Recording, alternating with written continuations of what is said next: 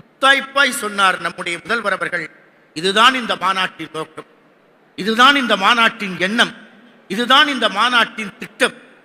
கடவுளை நான் ஏற்றுக்கொள்கிறேனோ இல்லையோ, கடவுள் ஏற்றுக்கொள்ளத்தக்க வகையில் நான் நடந்து கொள்கின்றேனா என்பதுதான் முக்கியம் என்று முத்தமிழறிஞர் முதல்வர் சொல்வார். கலைஞர் சொல்வார். கலைஞரை கேட்டார்கள், நீங்க கோயிலுக்கு போக மாட்டீங்களா? போவேன். தமிழ் வழிபாடு இருக்கிற இடத்தில் எந்த கோவில்கள் இருக்கிறதோ அங்கு செல்லுகிற முதல் மனிதனாக இருப்பேன் என்றார் முத்தமிழறிஞர் கலைஞர்.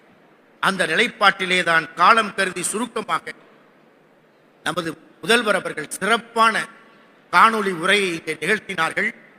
மாநாட்டிற்கு மணிமகுடமாக அந்த உரை இருந்தது. சேகர் பாபு அவர்களின் பெயர்க்களம் செம்மையாக நடந்து கொண்டிருக்கிறது.